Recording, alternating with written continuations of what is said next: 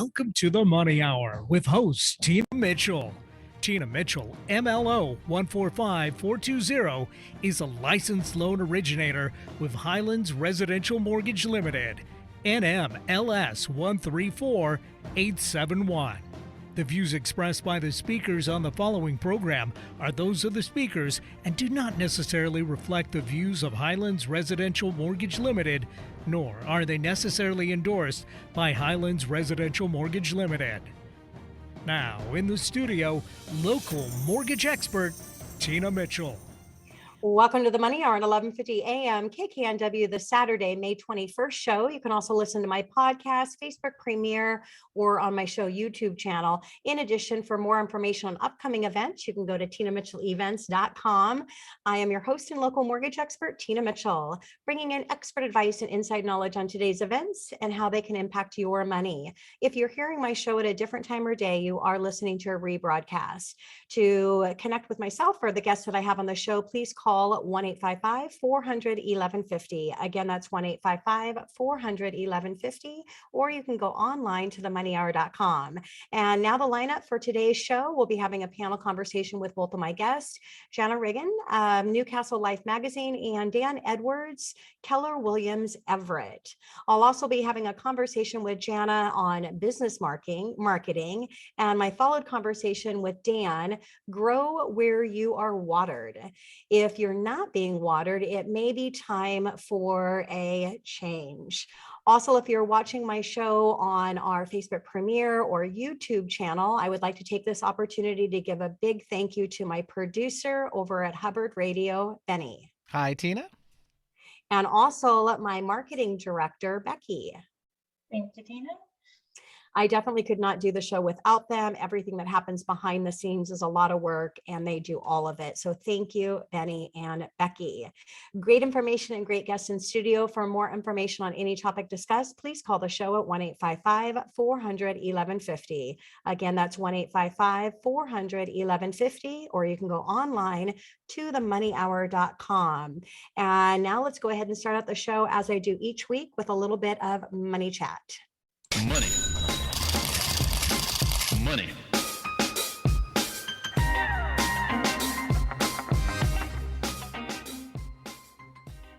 Tina Mitchell here with your money chat. There has been a ton of volatility in the markets following Jerome Powell's comments on the economy. Powell said that the Fed will continue to hike until they kill inflation, and it sounds like they're planning another 50 basis point hike in June. But they're already starting to backtrack. Powell initially said that the Fed thought that they would be able to achieve a soft landing, but now they are giving themselves outs and said that they may be some potential paths to avoid recession. It doesn't appear that the markets believe that the Fed will be able to kill inflation. The Fed is much more wishy-washy, and many questions if the Fed will have the fortitude to continue tightening to reduce inflation, or if they will be forced to reverse course and start being accommodative once again based on the market conditions. Interestingly, Powell said that the Fed will continue to hike until they are in the appropriate place. This sounds very subjective, and I do not trust that the Fed will know when the appropriate place is based on their track record. They've been wrong about almost everything. In the housing news, housing starts for April were down 0.2% overall, but single family homes, which are the most important, were down 7.3%. Housing permits were down 3.2% last month, but once again, single families were down by a larger amount, dropping 4.6%. Overall, these figures are higher on a year-over-year basis, but there are challenges to getting homes completed. Single family units authorized but not started are up about 1%, while single family units completed is down 5% from last month, showing that the backlog continues to grow for builders. Now, I've seen many in the media that say the household formations are lagging and that we could be in an oversupply situation of inventory. Well, let me break it down. There are 1.4 million households formed in March, analyzed pace, which is historically a pretty strong level and above the average. At the same time, looking at today's housing start report, there were 1.7 million total starts, which includes single family, multifamily, meaning places to live, to buy, or to rent. but each year about 100,000 homes are destroyed due to aging or replacements. That means that the net that we're seeing around 1.6 million homes created. Subtracting that out from the 1.4 million households formations, that is approximately 200,000 units that are going towards the undersupply that we're seeing in housing. Now, if Freddie Mac is right in their thinking that we are undersupplied by 3.8 million homes to meet demand, it would take over 19 years to reach a balanced market, not even overbought territory. Even if the figure was 1 million undersupplied, it would take 5 years on the current pace.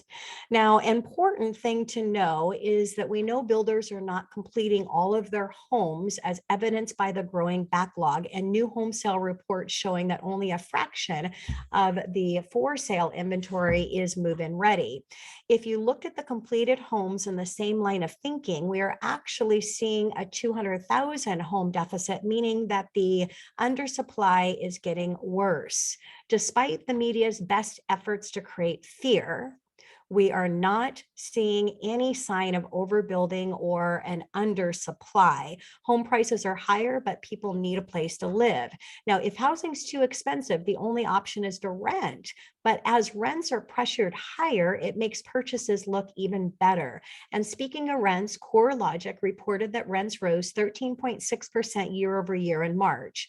This report blends new rents and renewals together. The National Association of Home Builders, NAHB, issued a report titled Home Builders Warn of Significant Affordability Declines, where their affordability index showed that only 48.7% of homes sold in Q1 2022 were affordable for families earning in the median household income, which is the lowest in 10 years. Now, there's no denying that purchasing a home has become less affordable due to the higher rates and the higher home prices, but looking at median household incomes is not ideal. When considering lower income earners that are not likely purchasing a home, it's going to screw the affordability lower. Alternatives like renting are not necessarily a better option over purchasing either, with rents increasing substantially, which makes it much more expensive comparing to having a fixed rate mortgage. I believe that now could be the best time to buy. Interest rates have increased, but with every challenge, there are hidden opportunities. I see the increase in interest rates as this hidden opportunity. The reason is a temporary slowdown in the buyer frenzy.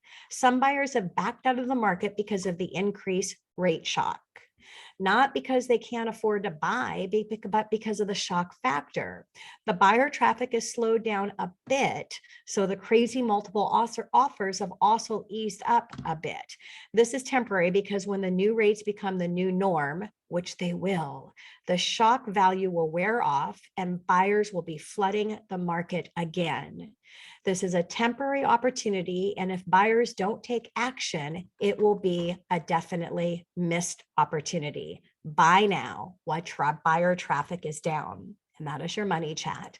Coming up next on the Money Hour, panel conversation with Jana Riggan of Newcastle Life magazine and Dan Edwards, Keller Williams Everett, right here on 1150 AM KKNW.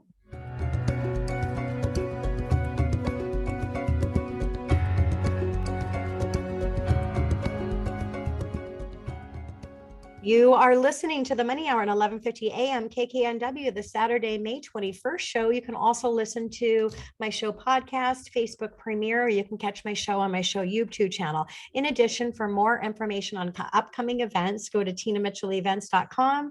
I am your host, your local mortgage expert right here on 1150 AM KKNW. It's a great day to talk about money, and that is what the show is all about, how to make money, save money, so you can have a better quality of life for you and your family. If you are hearing my show on a different time or day, you are listening to a rebroadcast. I'm here to answer any questions, or more importantly, to connect you with the guests that I have on the show today. Please call the show at 1-855-400-1150. Again, that's 1-855-400-1150, or online at themoneyhour.com. And now in the show, my panel conversation with my two guests, Jana Riggan of Newcastle Life magazine and Dan Edwards of Keller Williams Everett, right here on 1150 AM KKNW. Welcome to both of you to the show. Thanks for having us again. Yeah. Yeah, great to have you both back in studio. So before we get started, I would love to give an introduction for both of you. So first for Jana, being successful in business is all about working with your ideal clients. Working with Jana and the N2 company can help you leverage print and digital to build the right clients of relationships that will help your business build more word of mouth and become a trusted resource.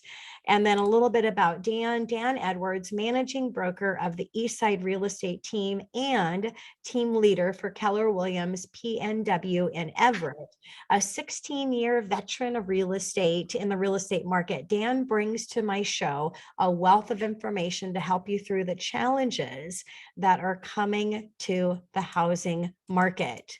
So Jana, for you, can you share with my listeners what life experience brought you into your line of work?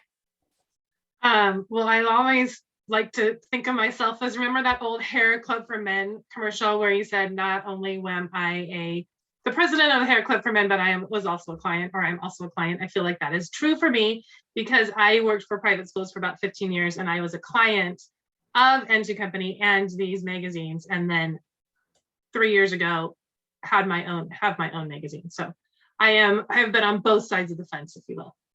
That is so great. Yeah, it's really great. I love this question to be able to hear, experience what brought you where you're at now to Jana, and you're doing some amazing stuff. I live in Newcastle, so for our city right here in Newcastle, we love reading the magazine. So thank you for that. Dan, what life experience brought you into your line of work of real estate? Well, I hit rock bottom and I had no skills, so I figured I'd go into real estate. No, I'm just Oh my gosh, that's awesome. That's the best answer ever. Okay, seriously. Seriously. No, so I had been probably 5 to 7 years in the community on the east side, and my job at the time was sales in a whole other field. And I felt like I needed to be more connected with my community. My kids were going to grow up in the community, and I knew people, but I didn't know kind of what was going on. And so I was looking for something that would really push me as far as growth was concerned, which is kind of the theme of my visit today. And I had always been in love with real estate. A lot of people I talk to now say that same thing. And I think when you can parlay your love and care for the community and people in the community and the love of real estate, that's what brought me there. Yeah, I love that. Well, you gave a funny on your background, so I'll give you a funny but true. I'm really bad at numbers. And here I am 27 years in, the top 1% in the nation mortgage professional. So, all right, Jana, what is the single most important reason you see success in your business? What would you credit it to? I think it's a couple things. It's about building those relationships and being that trusted resource. But I also think it's all about doing the work, right? I think it's easy to sit back and see what other people have done and just hope that some magic wand comes down and like bestows success upon you. But really the deal is you have to get up, you have to do the work every single day. There is no magic wand yet invented. So it's just showing up every single day, doing the work every single day. And eventually great things happen.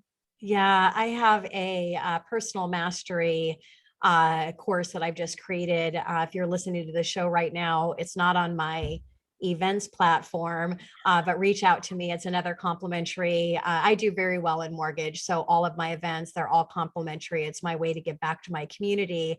And one of the months in that year program is visualization and, really how to visualize the importance of it, what it looks like when you do and what it looks like when you don't, because I definitely have a story of tragedy to triumph. And my tragedy was no visualization and my triumph was, but just as Jana says, you have to do the hard work. You can't visualize what you want and sit there and do nothing. What visualization does is it gives you the power, the strength, the confidence, and the belief in yourself so that you'll go out there and do the hard work that is needed to have that success. So thank you for that, Jana. Dan, what about you? What is the single most important reason that you've seen so much success in your business? Yeah, thanks for that question, Tina. So I think that you're alluding to you not good at numbers and parlaying that into being a mortgage lender and being great at it. I think you have to be an expert in your field, right? And if you're not naturally inclined to it, you become, because, and this is the secret. So all of that stuff is a product of a consistent system that leads to success. I often say, like, do the right things with the right people, but it's not enough to just say that. It's required to actually put a system in place that forces you in contact with the right people and doing the right things for the right people. So whatever it is you're doing, sit down and write out a list of what your ideal client looks like, and develop a system that puts you in close proximity, maybe 1, 2, or 3 degrees of separation from that individual, and then consistently do that activity. So yeah, and the results show up. Great advice. Yeah, not being numb, as Dan said, obviously I'm an expert in my space, or I wouldn't be in the top 1% of the entire nation.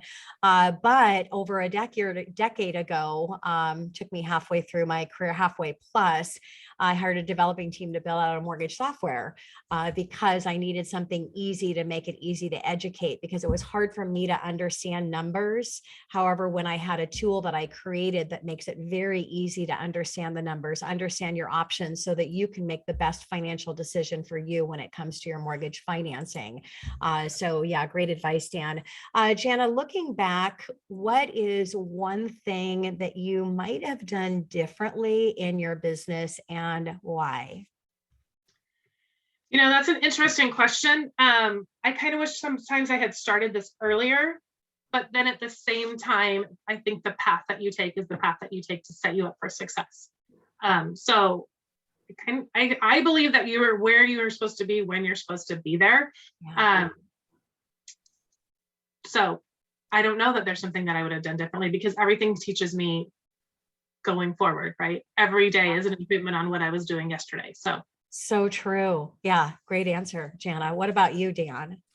Well, yeah, I like Jana. I don't really see a whole lot of regrets, just opportunity and failure, right? Because whatever path you're on, you're either going to learn from it or not. I will kind of go back to 2008, because we're approaching a time that feels a lot like the crash in 2008, 2009. And at the time I was like, hang on. And when COVID broke this year, I was like, I'm not hanging on, I'm leaning in, right? The wind's blowing at you, you're going to lean into it. And so, so that was a lesson from failure, because it made for a longer, harder road.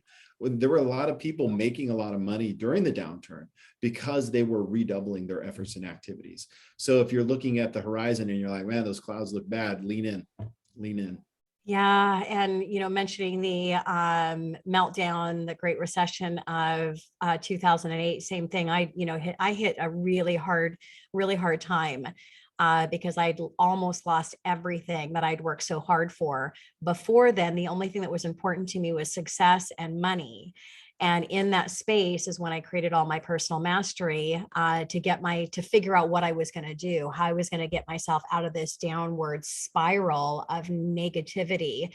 And at the time I wasn't doing any business. And then by 2010, I had I had my best year that I had up to date in the middle of the financial meltdown and the Great Recession of 2008. And better, I created my personal mastery, which now I share with other people, where I would have never got to that personal mastery place for myself if the financial meltdown had never hit. So great conversation. I love the panel conversations where my listeners can get to know each of you a little bit better before we dial in to our actual individual conversation with your businesses. So Jana, how is running a successful business different than what you thought it might be? The things that I do and that I love to do are different than I thought they would be, right? I think if you think about like, I can own my own business and I'm going to have all this free time, I don't know that I necessarily have a lot of free time. I'm still in the place where I'm doing the work in order to do the things that need to happen, right? I'm still in that phase. But the things that I thought I would love are not necessarily the things that I love while I'm in it. I was actually fascinated by these magazines for years and thought about who these publishers were and thought, I will love the stories and I will love all of that. And while I do like that, I actually love the sales piece and meeting new businesses and learning all about who these people are and how they started their business more than the content side. So that was a surprise to me for sure. Yeah. And isn't it interesting when you actually, when that free time does actually come, what I have found, I just start creating more things into my community platform. So not to say that I don't play, because I always say I work really hard and I play just as hard. I do tons of traveling. I just decided recently when we had our grandbaby, I wasn't going to take any appointments on Friday. We babysit our granddaughter every Friday and Saturday. I would have never thought that I would actually truly work a 4-day work week. Not to say that I'm not available and accessible on my off days, but I'm not really working on those days. So yeah, it's really fun to see how business transitions. Dan, what about you? How is running a successful business? Because you've done some amazing things in your real estate business, and now you've actually taken on a leadership role within Keller Williams, which congratulations, because that's a huge show of your success to go into that team leader position. So what are you seeing is different than what you thought starting out in your real estate career? That's an awesome question. I could hit that a couple of different ways, because 16 years worth of experience, you have a lot of misconceptions of what your expectations are. And what I would say is this, is that leading people is probably the biggest challenge and biggest opportunity, not because you are or you aren't a good leader, but becoming a good leader means learning how people are led. And I have to say that early on in my career, I said, hey, here's how you do it, follow me. And it wasn't always effective. And I think that was kind of the biggest surprise, is that you had to learn, what is the type of leadership style that this individual needs in order for them to hit their goals? And ultimately, that's still a work in progress, because it is very different, right? What motivates Tina is different than what motivates Jana. What motivates Dan is different than what motivates Tom. So it's really cool to learn how, as a leader, some different techniques to become better every single day. Yeah, that is so great in finding out how do they best learn, and then also finding out what is their why? Why do they want to be successful in the real estate business? And then you can tie in their story, the risk if they don't, attach to their own personal story and their why, and the benefit if they do. What does that personally look like for them, attached to their own why behind they got into the real estate business? Powerful stuff, powerful conversation with both of you. Thank you for participating in my panel conversation. And coming up next on the Money Hour, business marketing, Jana Riggan, Newcastle Magazine, right here on 1150 AM KKNW.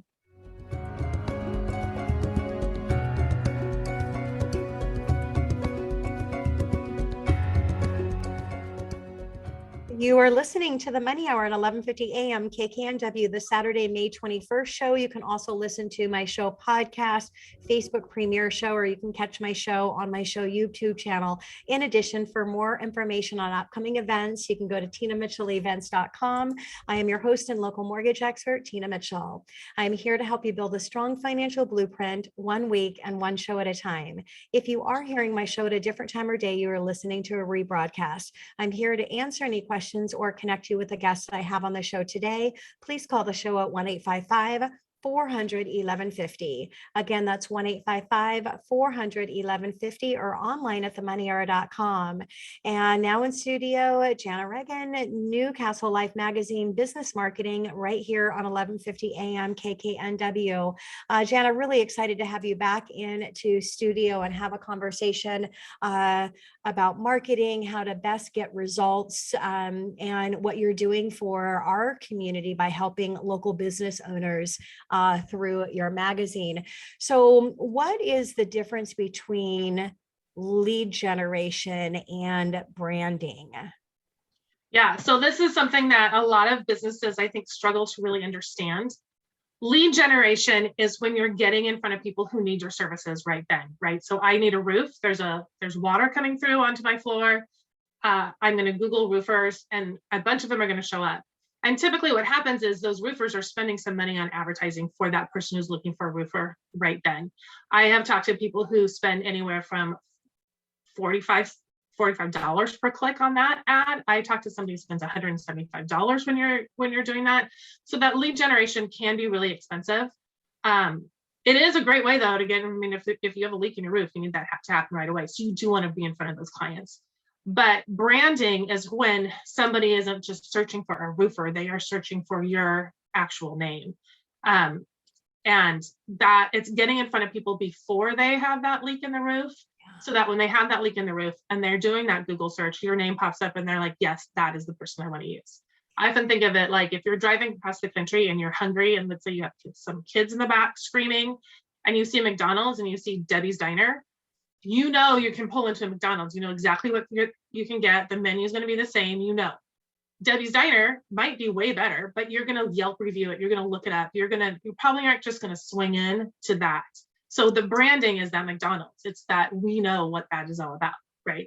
So that's sort of that difference. Yeah, that's a really great description, and the difference in building your brand. And it has a subconscious piece to it as well, where they're emotionally connected to you and they really don't even know why. It's because you've been building that brand and that reputation and that expertise through that marketing that you're doing, correct? Yeah, absolutely. Yeah. And that emotional tie-in is very, very important. Yeah, well, absolutely. So why is it important to do both on the branding side of it and the lead generation for that person that has the emergency that comes up? So a lot of times that emergency comes up and you forget, right? You just don't know. So when you're going in and you're doing that Google search, you need that strong SEO, which is where your website is going to come up when somebody searches for it. And that adds those pay-per-click ads also work as well. But hopefully somebody sees your name and then all of a sudden that branding comes back in. They're like, oh yes, I remember this. This is who I want to use. And they're going to use you. Yeah. But that combination is important, because just branding is great, right? If you're a McDonald's, you're just branding, it works for you. But typically businesses are not where McDonald's is. McDonald's has been doing a really great job for a really, really, really long time. So that lead generation is important. There's actually a story, and I may have said this last time I was on here, but of Kellogg cereal and Post cereal prior to the Great Depression and then after the Great Depression. So prior to the Great Depression, Post cereal was the #1 cereal in the United States. Mm-hmm. The Depression hit and they pulled way back on their advertising. Kellogg's did the opposite. They started advertising more. They invented new cereals. You have Rice Krispies and all these fun things. Today, still, however many years later, I think it's almost 100. Kellogg cereal is still the #1 cereal. Wow. So that's that branding and being in front of people over and over and over again. When the economy changes or businesses, maybe not as great as it was before. Yeah. The idea, or a lot of businesses or a lot of people are just like, well, let's pull back. Let's stop spending. Let's not do it. The reality is if you lean in, the results are going to be there, because you're now in front of all these folks over and over and over again, and other businesses are pulling back, but you're like, no, these are my people. I want to stay in front of them. That's your chance to where you have a chance to stand out and to really win the game overall on a long-term basis. Yes. Yes. Yeah. Absolutely. So Jana, Newcastle Life is changing its name to Greet. What is the why behind your name change? Well, we talk about branding all the time, and that's really what we're all about. As a company, as N2 looked at all of our different publications, they realized that we ourselves were sort of missing the boat. I was branding Newcastle Life. Mercer Island Living was branding Mercer Island Living. The Points was the Points. There was no consistency. So we took our own messaging to heart and realized that we needed to have a very recognizable name across the country. And so most of the publications in the greater Seattle area are changing to Greet, or they're changing to Stroll. There's two different types that are out there. Yeah. But we took our messaging to heart. We're like, people need to know who we are. If you get a Greet magazine, it's N2. If you get a Stroll magazine, it's N2. And that we have that reputation, that the great design, the great stories, that we are really all about creating that community. And if you get that magazine, or if you're a business owner that wants to partner with us in that magazine, you know exactly what you're getting. It just really helps that brand recognition. How exciting going through a brand change with a name change. Lots of behind the scene exciting things going on for sure. Yes, I'm very excited about it. And actually, there's a competitor magazine in Newcastle with a very similar name. I have sometimes gotten confused by it. So I'm very excited to have something brand new and different. That is so, that's so exciting. So what are some statistics around print that you can share today? Yeah, so it's really interesting. Print, especially today, I think how many times have you bought something from Amazon and you get it and you're like, well, that wasn't what I wanted. Or my thing is like Instagram early in the morning. I don't know what it is, but I'm like, that looks great. And I buy it and I get it. And I'm like, whoa, Uh-huh. whoa. So there's trust rate with digital is really going down. So there is a 2.5 times greater recall when you see something in print versus digital. There's an 82% trust rate when you see something in print, and it's only 43% digital. People love to be able to hold something in their hands, and there's a luxury about it that you're not getting with digital. Even Amazon, by the way, sends out a toy catalog, a printed toy catalog at Christmas time. So there is this really great piece of print that is super compelling that stays with people a lot longer. And you have a chance to stand out in the crowd as well, because majority and not a lot are doing the print. They're doing the easier and the online. And again, having a combination of a mix of what you're doing for marketing. But if you have a platform that allows you to stand out next to your competitors, and I love how you, say the print it's something special. You get to hold into your hand, which is going to bring a more emotional connection to you, your company, your brand and product and service that you have to offer. So Jana, why does great work? Why does it work? It is creating that emotional connection. People read the publication who live in the neighborhood because it's all about them. I call us the people magazine of the neighborhood.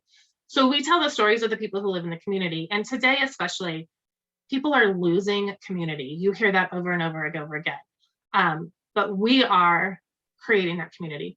So for a business who partners with us, the neighbors are reading it, they're looking at it, and then they're identifying and they have that emotional connection with all the advertisers that I'm working with, right? So it's not just ads, right? It's not just something that's being mailed to them that there's no point in it. It really, the point is community connection. Yeah. And then the benefit to the businesses is they are seen as that community connector. Yeah, and I was able to be one of your neighbors interviewed last year through the magazine, which was really great to share my story of tragedy to triumph. And it was surprising that some of my neighbors had no idea of my story and had comment on it. So it really is great. And we're able to open up that emotional connection to the product and service that we're offering through our story, because that's where people are able to connect with you. So thank you for that opportunity, Jana. So do you also offer lead generation? Yeah, so we actually have a whole new program that we're offering with what we do. It's called Highport Digital. And what we have found with our print, as much as we love it, it is very hard to track. So we added this digital component to it for our business partners. They get that, but we can extend that as well.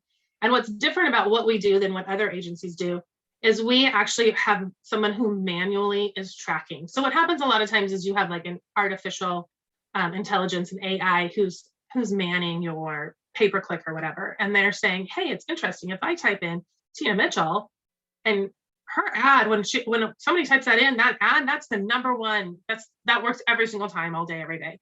Well, of course it does, because that branding already works, right? You just typed in Tina Mitchell. You don't want to pay for a click because that person knows who you are already. But with an AI, it just shows up as that makes the most sense. Yeah. When you have somebody manually doing it, you're like, no, Tina does not want to pay a lot of money for that. It's already working for her. So we're not doing that. We're going to do maybe mortgage lenders or any of your classes or whatever. There's a lot of things that somebody would do if they're manually paying attention to it. Yeah. And we also do like a live chat where we actually have a person who will manually answer those questions for your live chat. You'll answer some questions and there'll be standard answers, but there's an actual person behind it. I don't know if you've ever gone to a website and you type something and you have a question and you get some random thing that doesn't answer your question at all. Yeah. But if you have a live person there, they can answer your questions as much as possible and then maybe say, hey, we will get back to you tomorrow. But then you realize that what you're looking for is your questions have been answered, right? You don't have to keep searching and looking. So we have an SEO program that does really well as search engine marketing. We'll do those over the top, those commercials that you see if you're watching anything other than Netflix. I'm starting to see them more and more and more. The chat, there's just a lot of options that are out there that we are able now to offer our business partners. So it's really exciting to be able to offer both that branding package, getting in front of your ideal clients over and over and over again, and then that lead generation side of it as well. Yeah, that is great. Very exciting. So how do these all work together? So you want, a little bit of both, right? It's always interesting if you think about, I sometimes people say, well, this person doesn't ever need to advertise. Look how busy they are. And if you look at some of these bigger brands, McDonald's, again, they're advertising during a Super Bowl commercial. Nike is out there advertising over and over and over again. These big brands, they are constantly out there advertising. So that's that branding piece of it. But again, you sort of want both, that lead generation also, because for many businesses, especially if you're kind of a newer business, you need those clients coming in over and over and over again. A new business is going to be driving all over, they're just going to do whatever. Eventually you're going to say, hey, I really would like to do all my work in Newcastle and Newport Hills. So I'm going to slowly market more and more and more just to my ideal clients. Yeah. So they go hand in hand. Sure. That is such a great strategy on your ideal client, is really deciding what that target area is going to be, and then dialing it at a high level on that, and building that rapport, building that that reputation and expertise within that particular area. So Jana, what should a brand new business do for you? You've mentioned brand new businesses a little bit here, but what is important for them for marketing? Well, and that's the case. Branding often is something that you want to do after you've been in business for a couple of years. So I will meet with brand new businesses who really do need to do that lead generation as they start, right? They need to kind of get their foot in their door, see what works, what doesn't work, and go everywhere and kind of be open to everything. And then the more and more established they get, that's when they really hone down that marketing strategy a little bit more. And that's when they really want to double down on branding, because they want that value. Branding is a little bit of that value piece. Who are you and what are you all about, right? And a new business is sometimes still trying to figure it out. It's like your 2-year-old, right? A 2-year-old versus a 2-year-old walking versus a 10-year-old walking. Sure. 10-year-old does a way better job. Usually.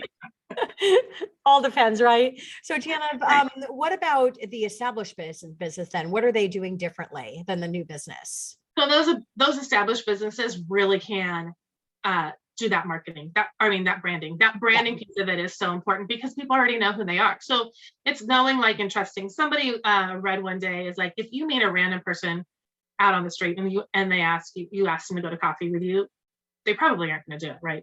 They're going to think you're a weirdo. But if you see them every single day, every single week, you've known them for years, and you run into them and you ask them to go to coffee, of course they're going to say yes, right? Because they're a friend, they're a best friend. So business marketing is a little bit like that. If you're brand new, you're that random person who just walked up to somebody on the street. But if I've seen you, if I've known you, you're become my friend, and you can really double down on that branding. But you want to stay in front of people. Yeah. You don't want to just disappear, right? Because a lot of times you're out of sight, out of mind. Really, that saying is very true. So stay in front of people, stay in front of your ideal clients, but you can put more of your efforts into who you are as a company and making sure people really do know, like, and trust you. That makes sense. Well, Jana, thank you so much for coming back in studio. It's a pleasure to have you here and to support what you're doing and the difference that you're making in local businesses in our community through helping them with their marketing, lead generation, and most importantly, their branding, so people know who they are, why they do what they do, and how their product and service can really make a difference in our lives. Thank you, Tina. Yeah, look forward to having you back soon. Coming up next in the Money Hour, grow where you are watered. If you're not being watered, it might be time for a change. Dan Edwards of Keller Williams Everett, right here on 1150 AM KKNW.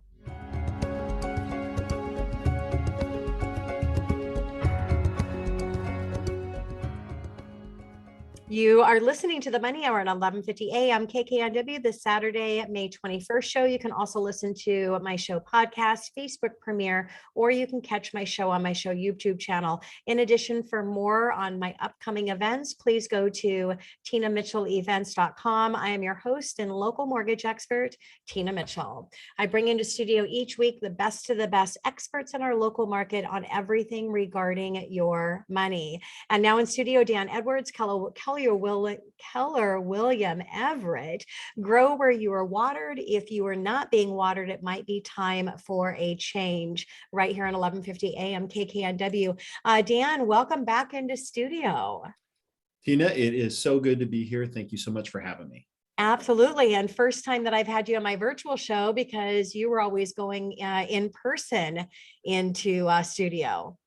Yes, I was actually about to hop in my car and drive down, and then I said, "Oh, there's a Zoom link here." Okay, that is awesome.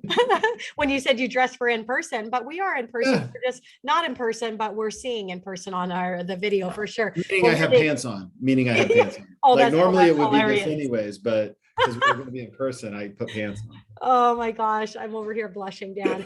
All right, so let's get back in. Let's get into business here. So it has been a while since I've had you on the show. So go ahead and give us an update on what's happening with you. Well, yeah, Tina, as we talked in the panelists, in addition to running a high-performing team there on the east side, serving Bellevue, Kirkland, Redmond, Issaquah, Sammamish, Kent, Covington, North Bend, all of those areas, I also stepped into a leadership role, which is one of my passions that I have discovered, giving back and seeking to help coach and consult with agents up out of the North End. So the office is located in Everett. It's a Keller Williams office. And that new position is something that has really allowed me to grow even more, which is kind of the topic of our conversation here today. Yeah, well, congratulations, Dan, on the new role. What an honor to be chosen to represent a group of agents and helping them grow so that they can have a better quality of life and be able to help more people in their community. So let's get this out of the way. Where do you personally see our market heading? Well, Tina, first off, thank you for your Money Hour talk, because that's really insightful for me, because, essentially we're right now talking sellers off the ledge. They're starting to freak out quite a bit because they've had it good for so long that they keep hearing these stories of multiple offers, hundreds of thousands of dollars above asking price. And literally in the last 3 weeks, we've seen that change quite a bit. And folks on the east side, actually one really telling number, Tina, that maybe you haven't seen before, but across King County in April, we saw about a 4% reduction year over year of inventory across King County, 4%. Now that number doesn't seem significant until you go back to the last time it was below or above. That's kind of a weird way to put it, but typically we were seeing anywhere from 18 to 20 to 30% below the previous month year over year. So it actually slowed down to only 4%, which is still interesting. But here's the big significant thing that happened is on the east side, inventory was up 30%. So that is almost a 60% swing from where it was hanging out for the last, I want to say 3, maybe 4 years. Yeah. Month over month, year over year, reduction of inventory. This was kind of a significant thing. And so when I saw that number, I went, oh, I see. So think about it from a standpoint of, you're cruising along, you're adding inventory, and suddenly a bunch of inventory shows up. Well, before we had 7, 8, 9 offers or buyers for one particular house. Well, now you only have 3. So the leverage that the sellers have starts to evaporate.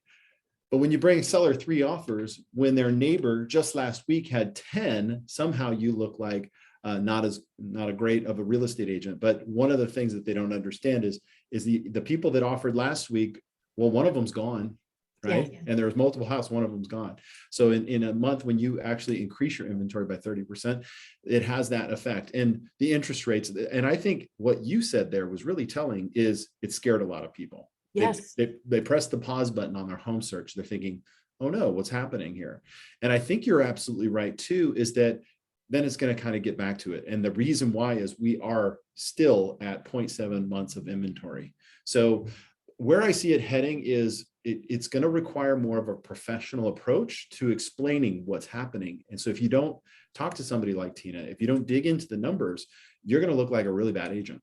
Yeah. Yeah. And that's what the show is all about. When I started the show 11 years ago, was to create a space that I could bring the best of the best experts into studio that could share with our local market and to have all of the resources, because absolutely in any market, you need to work with an expert. But when there's an adjustment in a market, which then is looked at as a challenge, there is always an opportunity in a challenged market. Only the experts are going to know how to help you navigate and to really win in that what majority are seeing as challenged. So what can home buyers do in the market that we're in right now? So we got maybe a 2 or 3 week window, maybe longer, of opportunity that if they look at the bigger picture, right? The bigger picture is interest rates are going to fluctuate. They're going to go up and down. They're going to fluctuate. But having a home is going to be your hedge against inflation.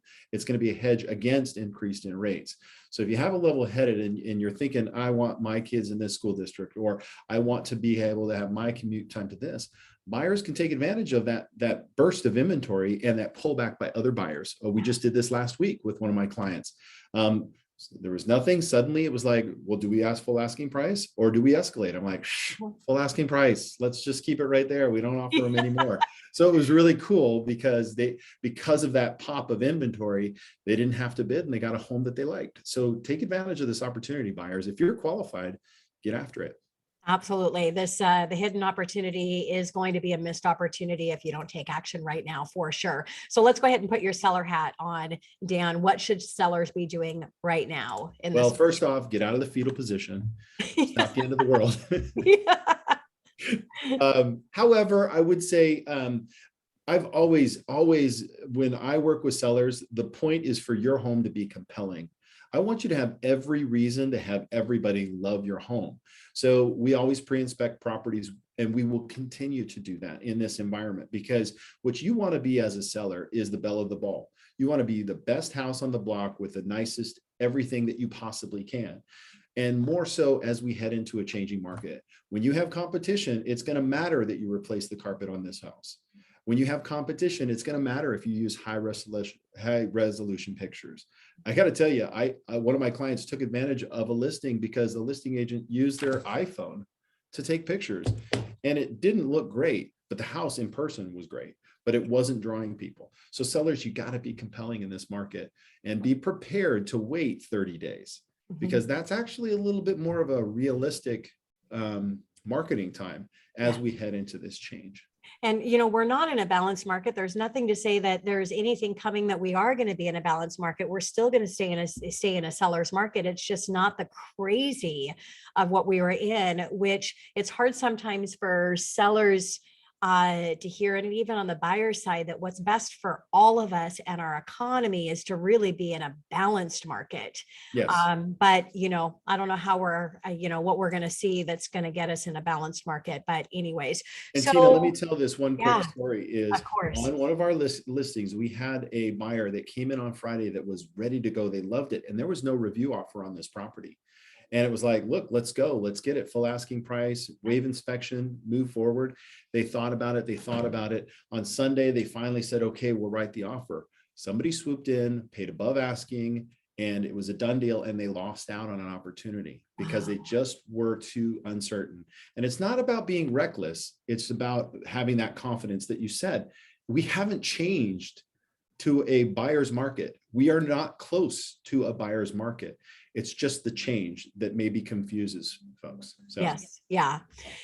So Dan, what can agents do to position themselves to take advantage of this opportunity instead of getting stuck in what the challenge side of it might look like for them? One of the best things about this business are the people. One of the most challenging things about this business are the people. Yeah. So you need to be skilled at working with folks and learning about their motivations and helping them accomplish that, even though they have reservations. And it's not a sales job. It's a consultation. You said that you wanted to be in this school district. This matches everything that you're looking for. What's keeping you from it? So becoming really proficient at that, I think, is something that is going to be required for any agent to perform at a high level. So definitely do that. And then growth. Like, if you're not finding the type of growth that you need where you're at, you've got to seek out that opportunity. If you're not growing yourself, this change in market may cause you to think about whether or not you want to consider staying in real estate. And I think the key to that is really being learning based. Yeah. And, great advice, Dan, because you talked about on the leader side for your real estate agents and really finding out their learning skills, how they best learn, and also finding out why they do what they do. And the same thing for you as a real estate agent with your clients. Why do your clients need your product and or your service? And being able to bring in and dig deep into what that true why is, so that you can bring that story. And when you're communicating on them, this is the benefit if you take action, and here's the risk if you do not. And also, as an expert in the real estate space, the great news is you have numbers, you have stats, you have the data. Bring out that data in every conversation, because numbers don't lie. And when you can show the numbers and the why behind what's happening and where the benefit is on this, then it really helps for your clients. And I always say that if we're not great in our dialogue, we're being a disservice to the people that we're here to help, that need our product and or our service. So it's really our responsibility to make the difference that we want in our community, to be able to have our dialogue at the highest level through our expertise in helping them make the decision that they need to make to get to where they want in their life. So Dan, your topic is grow where you're watered. What does that mean with real estate? I guess the way to set this up properly is to kind of go back to the reason why I decided to take over the role of what we call team leader here in the Everett office. And, right now I'm talking to a lot of brand new agents, people that are considering getting into the real estate career. And I'm also talking to seasoned agents that have been at the same office that they've been for years and years and years. And the one thing that the thread that runs through both in the conversations is really, what is my next step in life? And I don't know if you have one of those friends where you ask them, hey, what's up? And they're like, nothing. Yeah. And you have nothing to talk about, right? And I think for me, anybody asked me that question, I'm kind of going through my brain. I said, well, the last time I saw him was this. And so here's something that's up. Yeah. And I think that maybe I don't really gravitate towards people where that conversation ends at nothing, because then how do you become your best, not just for yourself, but for those that rely on you, right? Yes. So whether you're a family person, or you have a loved one that you're caring for or in relationship with, or even looking to give back in the community, we owe it to them to be at our best every single day. So what is growing where you watered? My transition came because I had hit a spot in my career where I kind of had achieved this level of success, and I was really happy with it. It was fantastic, but I wanted more, and I needed to find a place where I could do that. Now, one of the things about the Everett office is it is associated with Ben Kinney and Ben Kinney's world, right? And yes. If you don't know, those watching don't know, or listening don't know, Ben Kinney is a very successful real estate agent that parlayed his success in real estate to actually do great things. He gives back to the community, but he owns 8 offices across the Puget Sound. So finding a space like that for me was about taking myself and planting myself in a bigger pot so that I could grow. And I think for me, I'm excited to talk to agents, whether they're brand new, existing, or retiring agents, and find out, how can we find a place for you to take that next step? And that's what my job now as the leader here is, to identify folks that are looking for growth and helping them along that path. Yeah. So if you're listening to the show and you've been in the real estate space and you don't see where growth is going to happen, call the show. Need to get you connected with Dan so you can have that conversation. And if you're a buyer or seller looking at buying or selling real estate, call the show, because you need to connect with Dan and his team. Congratulations again, Dan, on all of the great things that you're doing for real estate agents and their businesses, and also for our buyers and sellers in the market. My pleasure. And please, again, call the show 1-855-400-1150 to get connected with either one of my guests. And thank you to both of you for being here, Jana and Dan. Thank you. Tina Mitchell, your host and your local mortgage expert. Got to sign off for the day, but enjoy the rest of your Saturday and your weekend. I look forward to talking more money with you next weekend, right here on 1150 AM KKNW.